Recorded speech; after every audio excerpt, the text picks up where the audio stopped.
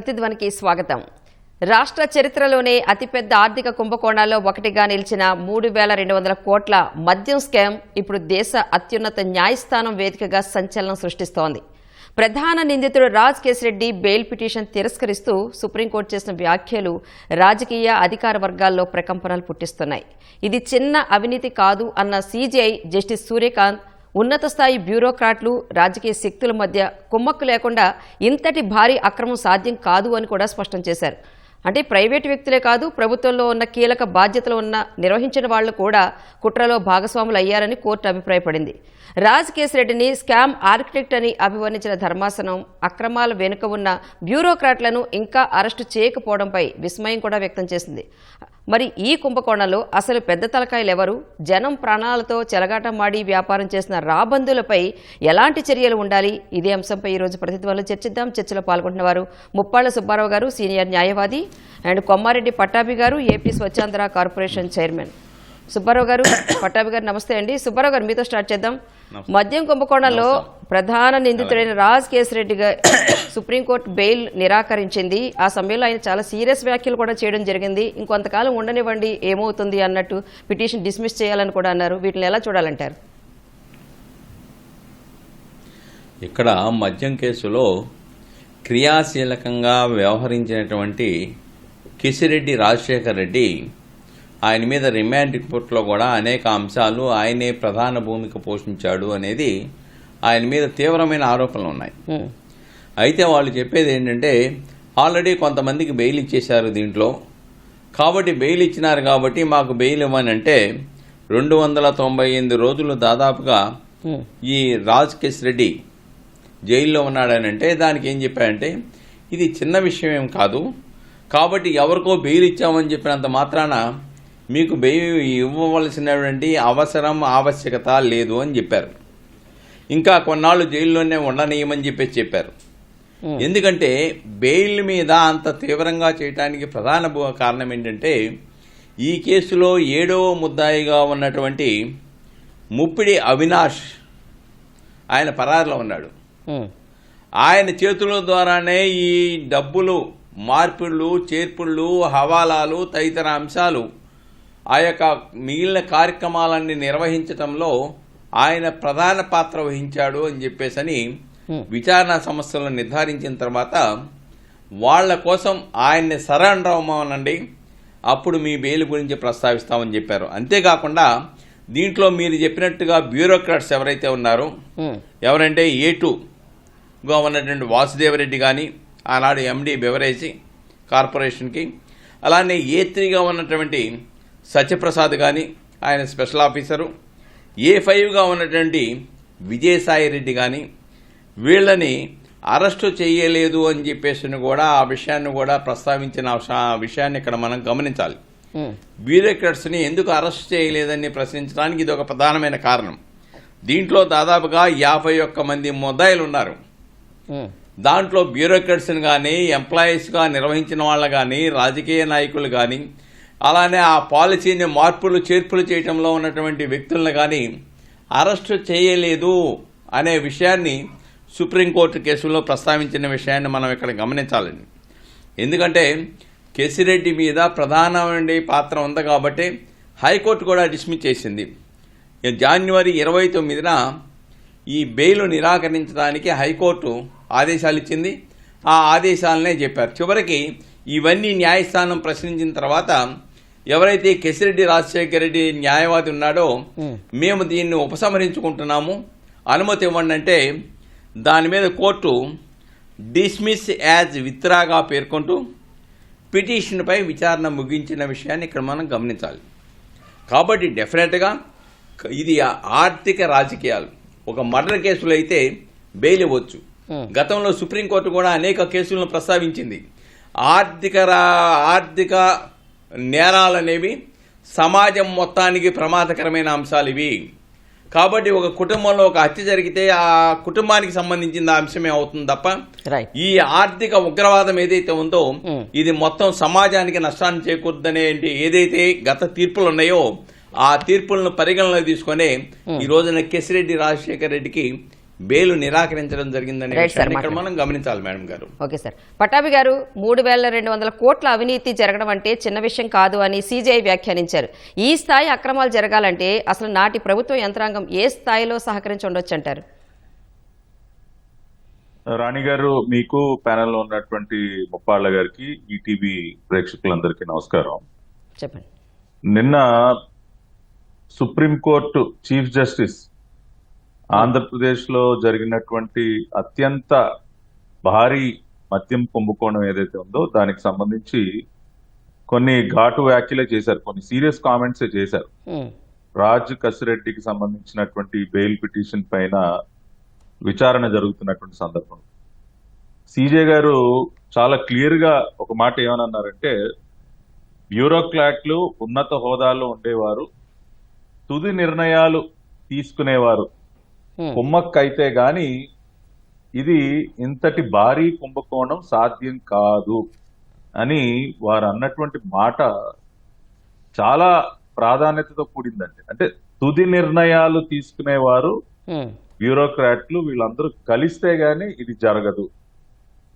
ఇప్పుడు గత ప్రభుత్వ హయాంలో 2019-24 మధ్య రాష్ట్రంలో ఉన్నటువంటి ప్రతి ఒక్కరికి తెలుసు, తుది నిర్ణయాలు తీసుకునేటటువంటి వ్యక్తి ఆ రోజుల్లో కేవలం ఆనాటి ముఖ్యమంత్రి జగన్మోహన్ రెడ్డి గారు మాత్రమే. ఆయనకే సర్వాధికారాలు, ఏ విషయంలో అయినా ఆయనదే తుది నిర్ణయం. కాబట్టి ఈ లిక్కర్ కుంభకోణంలో కూడా మీరు చూసినట్లయితే రాణి గారు, పాలసీని మార్పు చేసింది జగన్మోహన్ రెడ్డి గారి అధ్యక్షతన జరిగినటువంటి సమావేశం, cabinet meeting, chief minister Jaganmohan Reddy గారు. అంటే ఆయన ఆధ్వర్యంలోనే ఈ పాలసీ మార్పు అనేది జరిగింది. ఈ లిక్కర్ కుంభకోణానికి బీజం పడిందే లిక్కర్ పాలసీ యొక్క మార్పుతో. కాబట్టి ఆనాటి ముఖ్యమంత్రి జగన్మోహన్ రెడ్డి గారికి తెలియకుండా ఏమీ జరగలేదు. రెండోది, రాజ్ కసిరెడ్డి అనే వ్యక్తిని ఐటీ అడ్వైజర్ గా నియమించిన వ్యక్తి ఎవరు అంటే ఆనాటి ముఖ్యమంత్రి జగన్మోహన్ రెడ్డి గారు. అదేవిధంగా జగన్మోహన్ రెడ్డి గారి కార్యాలయంలో కీలక భూమిక పోషించినటువంటి వ్యక్తులు ధనుంజయ రెడ్డి, కృష్ణమోహన్ రెడ్డి. ఆయనకి కళ్ళు చెవులుగా వ్యవహరించినటువంటి వ్యక్తులు వీరిద్దరూ కూడా. వీరిద్దరి యొక్క పాత్ర బయటపడింది. అదేవిధంగా ఆనాడు జగన్మోహన్ రెడ్డి గారికి ఆత్మగా భావించినటువంటి విజయసాయి రెడ్డి గారే స్వయంగా ఈ రోజున బయటకు వచ్చి చెప్తా ఉన్నారు, ఎస్ కుంభకోణం జరిగింది, నా సమక్షంలోనే అన్ని వ్యవహారాలు నడిచాయి. 2-3 సార్లు తాడేపల్లిలో కలిసాం, ఒకసారి నా ఇంట్లో కూడా హైదరాబాద్ లో కలిసాం. మిథున్ రెడ్డి, నేను, వాసుదేవ్ రెడ్డి మేమందరం కలిసి కూర్చుని ఈ వ్యవహారాన్ని అంతా కూడా మేము రెడీ చేశామని విజయసాయి రెడ్డి గారు సిట్టు విచారణకు హాజరైన సందర్భంలో మీడియా ముఖంగా 2-3 సార్లు ఆయన మాట్లాడారు. అదేవిధంగా చెవిరెడ్డి భాస్కర్ రెడ్డి అనే వ్యక్తి జగన్మోహన్ రెడ్డి గారికి అత్యంత నమ్మకస్తుడు. ఈ క్యాష్ డెన్లన్నీ కూడా నిర్వహించినటువంటి వ్యక్తి ఎవరంటే చెవిరెడ్డి భాస్కర్ రెడ్డి. కాబట్టి జగన్మోహన్ రెడ్డి గారికి అత్యంత సన్నిహితంగా మెలిగినటువంటి ప్రతి ఒక్కరి పాత్ర దీనిలో కనపడతా ఉంది. మిథున్ రెడ్డి గారు, పెద్దిరెడ్డి రామచంద్రారెడ్డి ఆయన ఆంతరంగికులు. మిథున్ రెడ్డి గారి ఖాతాలోకి డిస్టిలరీస్ నుంచి కమిషన్ సొమ్ము నేరుగా మిథున్ రెడ్డి గారి ఖాతాలోకి వచ్చినటువంటి ఆధారాలు కూడా వాళ్ళు చూస్తున్నారు. కాబట్టి నిన్న చీఫ్ జస్టిస్ గారు చేసినటువంటి కామెంట్ చాలా ప్రాధాన్యతతో కూడింది. తుది నిర్ణయాలు తీసుకునేటటువంటి వ్యక్తుల యొక్క ప్రమేయం లేకుండా ఇది జరగదు అని ఏదైతే అన్నారో అది చాలా వాస్తవం కూడా. Right sir. రెండోది రాణి గారు, నిన్న ఒక కామెంట్ కూడా చేశారు గౌరవ చీఫ్ జస్టిస్ గారు. ఆయన ఏమన్నారంటే, వీళ్ళు బెయిల్కి సంబంధించి వాదనలు వింటున్న సందర్భంలో ముప్పిడి అవినాష్ రెడ్డి అనే వ్యక్తికి సంబంధించింది దాకా ముప్పాళ్ళ గారు కూడా ప్రస్తావించారు. ఆయన అన్నమాట, the accused is your person and you have made him run and let him first surrender. అంటే కసిరెడ్డి రాజశేఖర్ రెడ్డికి సమీప బంధువు అయినటువంటి ముప్పిడి అవినాష్ రెడ్డి మీ మనిషి, మీరే అతన్ని వాళ్ళు దాచిపెడతా ఉన్నారు, మీరే అతను పారిపోయే విధంగా చేశారు, ముందు అతన్ని వచ్చి సరెండర్ కమ్మని చెప్పండి, తర్వాత ఆలోచిద్దాం అని చెప్పి కూడా నిన్న గౌరవ చీఫ్ జస్టిస్ గారు అన్నటువంటి మాట. కాబట్టి ఈ విధంగా నిన్న కసిరెడ్డి రాజశేఖర్ రెడ్డి బెయిల్ పిటిషన్ విచారణ సందర్భంగా చాలా ఇంపార్టెంట్ కామెంట్స్, అబ్జర్వేషన్స్ గౌరవ న్యాయస్థానం చేయడం జరిగింది. దానిని బట్టి చాలా చాలా స్పష్టంగా దీని వెనుకున్నటువంటి వ్యక్తులు, దీనిలో పాత్రధారుల యొక్క విషయాలు కూడా అనేకం మనం ఈరోజు మాట్లాడుకుంటాం. రైట్. ముప్పాళ్ళ గారు, ఈ రాజ్ కేశిరెడ్డి అనే అతను సుప్రీంకోర్టు ఆర్కిటెక్ట్ గా పేర్కొంది. ఆయన కేవలం ఒక ఐటీ సలహాదారు అయ్యుండి రాష్ట్ర ఎక్సైజ్ పాలసీని శాసించే స్థాయికి అసలు ఎలా ఎదిగారు? దీని వెనుకున్న అసలు శక్తులు ఎవరు? ఆల్రెడీ పట్టాభి గారు చెప్పారు, శక్తులు ఎవరో మనకు డాన్ తెలుస్తానే ఉంది అని. ఏం చెప్తారు? ఇక్కడ ఒకటండి, రాజ్ కేశిరెడ్డి ఈ యొక్క నేరాలకి రూపకర్త. అంటే వెనక ఉన్నటువంటి శక్తులు వేరు, దాన్ని ఏ విధంగా ఈ అక్రమ మద్యాన్ని అలానే జే బ్రాండ్ని తీసుకురావటంలో కానివ్వండి, తనకు కావాల్సిన వాళ్ళకి ఇవ్వటంలో కానివ్వండి, కమిషన్లు మాట్లాడుకోవటంలో కానివ్వండి, వైట్ మనీని బ్లాక్ మనీని వైట్ మనీగా మార్పు చేయటం కానివ్వండి, ఆస్తుల కొనుగోలు విషయంలో కానివ్వండి, ఏ విధంగా చేయాలి, అసలు పాలసీని ఎలా మార్చాలని రూపకల్పన చేశాడు. అందుకే సుప్రీంకోర్టు కూడా ఈయన రూపకర్త అని చెప్పింది. ఇక్కడ ఒకటి మనం స్పష్టంగా ఆలోచించాలి. అసలు ఈయన ఎందుకు రూపకర్త అందంటే, ఈయన సలహా మేరకే విజయసాయిరెడ్డి కూడా చెప్పాడు, నేను ఈయన నమ్మాను, ఈయన మహా క్రిమినల్ ఆలోచన ఉండే వ్యక్తి అని చెప్పేసి అని విజయసాయిరెడ్డి ప్రస్తావించిన అంశాన్ని కూడా మనం మర్చిపోకూడదు. అయినా ఇక్కడ ఈయన ఐటీ సలహాదారు ఏ విధంగా రాష్ట్ర ప్రభుత్వానికి సంబంధించినటువంటి లేకుంటే మద్యం శాఖకు సంబంధించినటువంటి మంత్రిత్వ శాఖకు సంబంధించినటువంటి అంశాల్లో ఈయన ఎలాగ పాలసీని నిర్ధారిస్తారు, ప్రైవేట్ ఇళ్లలో ఏ విధంగా కూర్చుంటారు, ప్రైవేట్ కార్యాలయాల్లో ఎలా కూర్చుంటారు, విజయసాయిరెడ్డి ఇంట్లో కూర్చొని ఏ విధంగా నిర్ధారిస్తారు, ఇది ప్రభుత్వానికి సంబంధం లేకుండా, ప్రభుత్వ కార్యాలయాలు లేకుండా ప్రైవేటు వ్యక్తులతో సంబంధం లేని వ్యక్తులతో పాలసీని నిర్ధారించారు. కాబట్టి ఈయన సంధానకర్త, రూపకర్త ఈయనే. ఆనాటి ప్రభుత్వానికి లేకుంటే ఇటు మద్యం వ్యాపారాలకి, అక్రమ మద్యానికి లేకుంటే పాలసీ నిర్ధారించడానికి మొత్తం ఈయనే ప్రధాన రూపకర్త అని చెప్పేసి సుప్రీంకోర్టు చెప్పింది. కాబట్టి ఈయన పాత్ర క్రియాశీలకంగా ఉంది.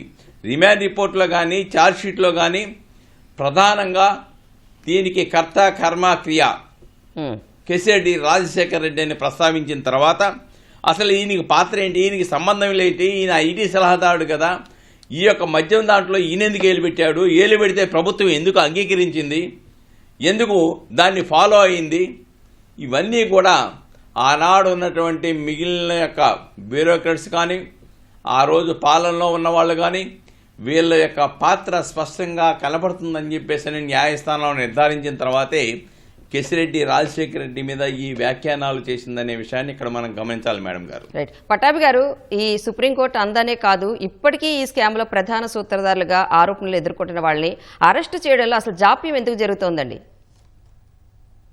రాణి గారు, ఇక్కడ జాప్యం ఎందుకు జరుగుతున్నది అన్న ఒక ప్రశ్న ఈ రోజున రాష్ట్రంలో చాలా మందికి ఉంది. అంటే వాస్తవాలన్నీ ఇంత స్పష్టంగా బయటకు వస్తున్నాయి కదా, ఎందుకు ఇంత టైం తీసుకుంటుందంటే, మనం ఈ రోజున మనీ ట్రయల్ అన్నది చాలా ముఖ్యం. రాణి, ఇవాళ ఈ కేసులోకి ఎన్ఫోర్స్మెంట్ డైరెక్టరేట్ కూడా దేనికి ప్రవేశించిందంటే, పెద్ద ఎత్తున నగదు లావాదేవీలు, అంటే సూట్ కేస్ కంపెనీలు, షెల్ కంపెనీల ద్వారా ఈ డబ్బుని అనేక రకాలుగా ఇతర ప్రాంతాలకు తరలించడం. ఇక్కడ ఒక విషయం మనం గమనించాల్సింది ఏంటంటే రాణి గారు, 19-24 మధ్య అన్ని లిక్కర్ షాపుల్లో కూడా ఓన్లీ క్యాష్ అండి, డిజిటల్ ట్రాన్సాక్షన్స్ లేవు, గూగుల్ పే, ఫోన్ పే ఏమీ లేవండి, ఓన్లీ క్యాష్.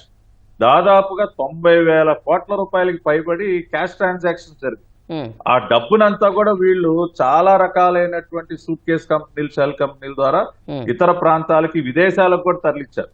సో ఇవాళ ఇన్వెస్టిగేటివ్ ఏజెన్సీస్ అన్ని కూడా ఆ మనీ ట్రయల్ ని కనుగొనేటటువంటి కార్యక్రమంలో ఉన్నారు. ఎన్ఫోర్స్మెంట్ డైరెక్టరేట్, సిట్ గాని ఈ డబ్బు అటు తిరిగి ఇటు తిరిగి ఎవరి ఖాతాల్లోకి చేరింది, ఎవరు అంతిమ లబ్ధిదారు. ఇప్పుడు గతంలో మీరు చూస్తే రాణి గారు, జగన్మోహన్ రెడ్డి తన తండ్రి ముఖ్యమంత్రిగా ఉన్నటువంటి సందర్భంలో ఇదే విధంగా అనేక సూట్ కేస్ కంపెనీలు తెరిచి తన జగతి పబ్లికేషన్స్ లో కానివ్వండి, భారతీ సిమెంట్స్ లో కానీ తనకు సంబంధించినట్టు అనేక కంపెనీల్లోకి డబ్బుల్ని రూట్ చేసుకున్నాడు ఆయన. సో ఆ రకంగా ఇవాళ ఈ డబ్బు అంతిమ లబ్ధిదారుకు చెందినటువంటి ఏ ఖాతాలోకి వెళ్ళింది అనేది ఇవాళ కనిపెట్టే పనిలో ఉన్నారు. కాబట్టి కొంత సమయం పడతా ఉంది, కానీ ఏదేమైనా అతి త్వరలోనే దీని వెనుకున్నటువంటి ప్రధాన సూత్రధారుల యొక్క పాత్ర ఆధారాలతో సహా బయటపడుతుంది. వారందరూ కూడా అరెస్ట్ కాక తప్పదు రాణి. Right sir. ముప్పాళ్ళ గారు, ఫస్ట్ నుంచి కూడా ఈ స్కామ్ని మనం అబ్జర్వ్ చేస్తే ఒక ప్లానెడ్ ప్రకారం వెళ్తున్నట్టుగా చాలా క్లియర్గా తెలుస్తుంది. ఎందుకంటే టెక్నాలజీ చాలా మారింది. ఇవాళ ఆటోమేటెడ్ సాఫ్ట్వేర్ని పక్కన పెట్టేసి మాన్యువల్ విధానంలో ఆర్డర్లు ఇచ్చారు. అలాగే పేమెంట్ల విషయంలో కూడా డిజిటల్ని వదిలేసేసి మాన్యువల్గా చేశారు. ఇదంతా పక్కా ప్రణాళికతో జరిగిన దోపిడీకి నిదర్శనం కాదంటారా? ఇక్కడ ఒకటి మేడం గారు, ఆటోమేటిక్ సాఫ్ట్వేర్ ద్వారా గనక కార్యక్రమాలు రూపకల్పన చేస్తే అంతా రికార్డెడ్గా దొరికిపోద్ది. వీళ్ళు చేసిన అక్రమాలు కానివ్వండి, నగదు రూపేణా చేసిన వ్యాపార లావాదేవీలు కానివ్వండి, లేకుంటే ఈ యొక్క మద్యం షాపుల్లో ఏదైతే అక్రమ మద్యమో, అక్రమ ప్రొడక్షన్ ఎక్కడైతే ఉత్పత్తి ఉందో మద్యం, అది లెక్కలు లేకుండా తీసుకొచ్చి ఇక్కడ అమ్మిన సంఘటనలు కానివ్వండి, ఇవన్నీ కూడా వెలుగు చూస్తాయి. కాబట్టి ప్రభుత్వానికి కూడా దాదాపుగా 18,000 కోట్ల రూపాయలు నష్టం వచ్చిందనేది ఇన్వెస్టిగేషన్ ఏజెన్సీ యొక్క అనుమానం. ఇప్పుడు 3,200 కోట్లు అనేది ఇది ఓన్లీ కిక్ బ్యాక్ల ద్వారా వచ్చినటువంటి లంచాల రూపేణా వచ్చినటువంటి సొమ్ము మాత్రమే. నెలకి 50 నుంచి 60 కోట్ల రూపాయలు సొమ్ము వచ్చేదని, దాంట్లో ఎంపీలు విజయసాయి రెడ్డి కానీ లేకపోతే మిథున్ రెడ్డి కానీ వీళ్ళ వాటాలు వీళ్ళకి వెళ్ళాయని నెలవారీగా ఈ సొమ్మంతా అంతిమ లబ్ధిదారుడి దగ్గరికి చేర్చడానికి కావాల్సిన ఒక ప్రణాళిక రూపకల్పన చేశారనేది స్పష్టంగా అర్థమవుతుంది. ఎంచేతంటే ఇక్కడ డిజిటల్ సిస్టాన్ని టోటల్గా రద్దు చేసి ఈ లావాదేవీలు కానీ, ఈ కంపెనీ లావాదేవీలు కానీ, ఏ ప్రొడక్షన్ ఎక్కడికి వచ్చిందని కానీ, ఎంత అమ్మకాలు జరిగాయని కానీ, ఎంత సొమ్ము వచ్చిందని కానీ, ఇలాంటి విషయాలు వెలుగు చూడకుండా ఒక కుట్రపూరితంగా ఈ యొక్క ఆటోమేటిక్ సాఫ్ట్వేర్ నుంచి మాన్యువల్ విధానంలోనికి రావడానికి, ఆ ఆర్డర్స్ ఇవ్వటానికి మొత్తం కూడా ఒక పెద్ద కుట్రపూరితమైనటువంటి ఒక ప్రణాళికగా దీన్ని మనం చూడాలి. ఇది పక్కా ప్రణాళికతో జరిగినటువంటి దోపిడీకి వేసుకున్న బాటలు. అందువల్లనే దీనికి సంబంధించిన టెక్నికల్ ఎవిడెన్స్ కూడా మొత్తాన్ని డిస్ట్రాయ్ చేశారు, ఆధారాలు లేకుండా చేశారు. చివరికి సత్యప్రసాదో లేకపోతే వాసుదేవరెడ్డి చెప్పిన ఆధారాల ప్రాతిపదికగా చేస్తే, ఆ యొక్క సాక్ష్యాలని టెక్నికల్ ఎవిడెన్స్ని రిట్రైవ్ చేస్తే ఈ యొక్క అనేక అంశాలు వెలుగు చూసినాయి. ఎస్, ఈ ఆటోమేటిక్ సాఫ్ట్వేర్ని మాన్యువల్ విధానంలోకి మార్చడం ద్వారా ఇన్ని కోట్ల రూపాయలు కుంభకోణం జరిగింది. ప్రధానమైన ఈ అక్రమాలకి భూమిక అక్కడే గింజ వేయబడిందని చెప్పేసరి స్పష్టంగా ఉంది. దాంట్లో డెఫినెట్గా ప్రముఖులందరూ కూడా పాత్ర లేకుండా ఒక్క కేసిరెడ్డి రాజశేఖర రెడ్డి చేయడానికి అవకాశం లేదు. ఎందుకంటే ఓన్లీ ఐటీకి సంబంధించిన వ్యక్తి సలహాదారుడు, ఐటీ సలహాదారుడు ప్రభుత్వ పాలసీల్లోనో ప్రభుత్వ సిస్టంలోనో లేకుంటే ఆర్డర్స్ ఇచ్చే దాంట్లో మాన్యువల్ విధానాలుగా మార్చేయడంలోనూ ఎందుకు ప్రధాన భూమిక పోషిస్తాడు? కాబట్టి డెఫినెట్గా ఆనాడు ఉన్నటువంటి ప్రధాన వ్యక్తులు అంతిమ దోపిడీదారుల యొక్క ప్రోద్బలం లేకుండా ఈ యొక్క సిస్టాన్ని మార్చే అవకాశాలు లేవు. ఈ మార్చడం ద్వారా దోపిడీకి పునాదులు వేసుకున్నారనే విషయాన్ని చాలా స్పష్టంగా విచారణ సంస్థలే నిర్ధారించినాయి మేడం గారు. Right sir. పట్టాభి గారు, ఇందాక మీరు చెప్పినట్టు ఈ కుంభకోణం డబ్బు షెల్ కంపెనీల ద్వారా సుమారు దాదాపు 750 కోట్లు మళ్లించారన్న ఆధారాలతో సహా కోర్టు పేర్కొంది. అలాగే రాజకీయ శక్తుల పేర్లు బయటకు వచ్చాయి, బ్యూరోక్రాట్స్ బయటకు వచ్చారు. కానీ ఆ డబ్బు అంతిమంగా ఎక్కడికి వెళ్ళిందనేది, ఇంకా ఆ డబ్బు రావడానికి ఏం చేయాలంటారు? రాణి గారు, ఇక్కడ ముంబైకి చెందినటువంటి అనిల్ చొకారా అనే వ్యక్తి యొక్క అరెస్ట్ తర్వాత చాలా విషయాలు బయటపడ్డాయి. అనిల్ చొకారా అనే వ్యక్తి దాదాపు 70 నుంచి 75 సూట్ కేస్ కంపెనీలు, షెల్ కంపెనీలని ఏర్పాటు చేయటం, ఆ షెల్ కంపెనీల్లో చూసినట్లయితే డ్రైవర్లు, కొరియర్ బాయ్లు, మన ఇంట్లో పనిచేసే పని మనుషులు, ఇటువంటి వారందరూ కూడా డైరెక్టర్లు. ఏ మాత్రం కూడా ఆర్థిక స్తోమత లేనటువంటి వ్యక్తులందరినీ డైరెక్టర్లుగా పెట్టడం, కంపెనీలు ఫ్లోట్ చేయటం, వాటి ద్వారా ఈ మనీ ట్రాన్సాక్షన్స్ చేయటం. రెండవది, పెద్ద ఎత్తున ఈ నగదుని బంగారం రూపంలో కూడా మార్చారు.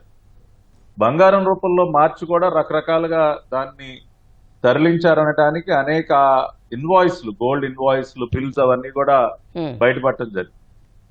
సో అంటే ఈ రకంగా ఈ డబ్బు కొంత మన దేశంలో ఉన్నటువంటి ఇతర ప్రాంతాలకే కాకుండా విదేశాలకు కూడా తరలించారన్నది ఒక బలమైనటువంటి అనుమానం. ఎన్ఫోర్స్మెంట్ డైరెక్టరేట్ ఆ దిశగా ఇన్వెస్టిగేట్ చేస్తాం.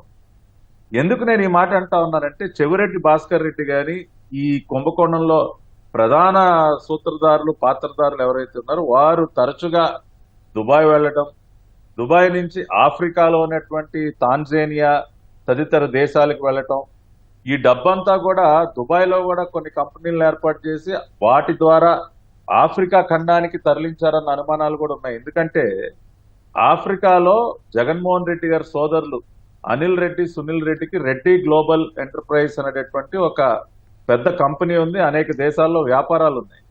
సో ఆ కంపెనీకి చెందినటువంటి ఖాతాలకి తరలించారా, అక్కడ ఉన్నటువంటి సొమ్ముతో గతంలో మనం విన్నాం వార్తలు.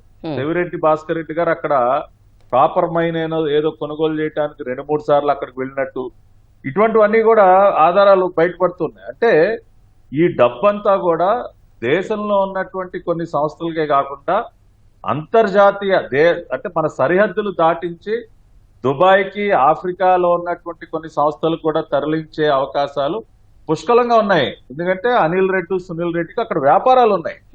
జార్జ్ రెడ్డి కుమారులు జగన్మోహన్ రెడ్డికి ఫస్ట్ కజిన్స్ వాళ్ళిద్దరు కూడా. కానీ ఇదంతా జరిగినప్పుడు పట్టాభి గారు, నాటి ప్రభుత్వ హయాంలో జరిగినప్పుడు నాటి పాలకులు బాధ్యత తీసుకోవాలి అంటాం, కానీ వాళ్లే ఇందులో ఇన్వాల్వ్ అయి ఉన్నప్పుడు మరి ఇప్పుడు ఫర్దర్ గా చర్య ఎలా ఉండాలంటారు? జరగాల్సిన దానిపై మీరు ఏం చెప్తారు? ఇప్పుడు ఢిల్లీ లిక్కర్ స్కామ్ మనం చూసాం రాణి గారు. పాలసీ మార్చి అక్కడ కుంభకోణం జరిగింది అనడానికి ఆధారాలు బయటపడగానే అక్కడ ఉన్నటువంటి ముఖ్యమంత్రిని కూడా అరెస్ట్ చేశారు, అరవింద్ కేజ్రీవాల్ గారు. డిప్యూటీ చీఫ్ మినిస్టర్ మనీష్ సిసోడియాని అరెస్ట్ చేశారు. సో కాబట్టి దీనికి ఇటువంటి కుంభకోణాలకు పాల్పడినటువంటి వారు ఎంత పెద్ద పదవిలో ఉన్నా సరే వాళ్ళు శిక్షను అనుభవించి తీరాల్సిందే అండి. కాబట్టి ఇక్కడ ఆంధ్రప్రదేశ్ లో మన రాష్ట్రంలో జరిగినటువంటి లిక్కర్ స్కామ్ మూలాలన్నీ కూడా తాడేపల్లి ప్యాలెస్ లోనే కనపడతా ఉన్నాయి మనకి. తాడేపల్లి ప్యాలెస్ యజమాని ఎవరు అంటే మాజీ ముఖ్యమంత్రి జగన్మోహన్ రెడ్డి గారు. కాబట్టి వారికి తెలియకుండా చీమ చిట్టుకుమనేటటువంటి పరిస్థితి కూడా లేదు రాణి గారు. కాబట్టి ఖచ్చితంగా అంతిమంగా ఈ డబ్బు ట్రాన్సాక్షన్స్ ఇవన్నీ కూడా ఒక కన్క్లూజన్ కి వచ్చి ఇవన్నీ కూడా బయటపడిన తర్వాత ఆనాటి ప్రధాన సూత్రధారి, పాత్రధారి, అదేవిధంగా తుది నిర్ణయాలు తీసుకునేటటువంటి వ్యక్తి అయినటువంటి జగన్మోహన్ రెడ్డి వరకు ఖచ్చితంగా ఈ దర్యాప్తు వెళ్తుంది.